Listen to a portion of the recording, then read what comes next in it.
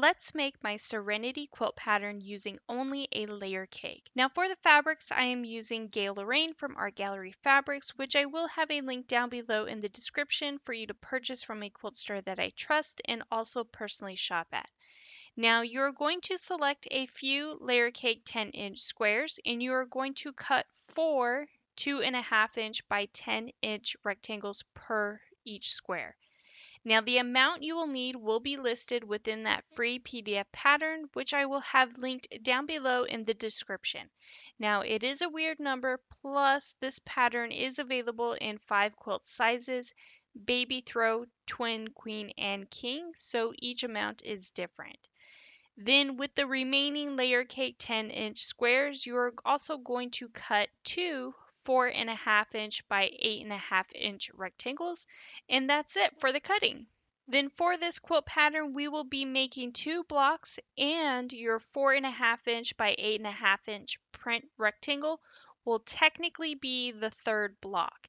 Now this quilt might seem a little complicated at first, but it will be easy to put together once you get the gist of it. Now first we are going to select 2 different prints that are 2.5-inch by 10-inch strips, and we are going to sew them together with a 1/4-inch seam allowance. Then we are going to cut 4 2.5-inch by 4.5-inch rectangles, and with those rectangles we are going to form 2 matching 4-patch blocks. Now this will be block 1. And within the free PDF pattern, I will tell you how many to make for the quilt size that you have selected. Now for block 2, you're going to take 2 different prints in 2.5-inch by 10-inch strips, and then you're going to sew them together with a 1/4-inch seam allowance. Then you're going to once again cut 4 2.5-inch by 4.5-inch rectangles, and this time we are going to create a checkerboard. And then we're going to sew everything together to form a 4.5-inch by 8.5-inch checkerboard rectangle. Now this will be the second block that you will make, and once again you'll just repeat this step until you've made enough for the quilt size that you have selected. And as I said, it might seem difficult only because we have 3 blocks instead of 2, but the piecing is all beginner friendly. And now that all of your blocks are finished, it is time to lay your quilt out. Now with the blocks that you made, I highly recommend using the illustration within the pattern to help lay your quilt top out. Now for the odd rows, you're going to start with a print 4.5-inch by 8.5-inch rectangle, then a checkered rectangle, followed by a print rectangle. And this will be the repeated pattern by 3s.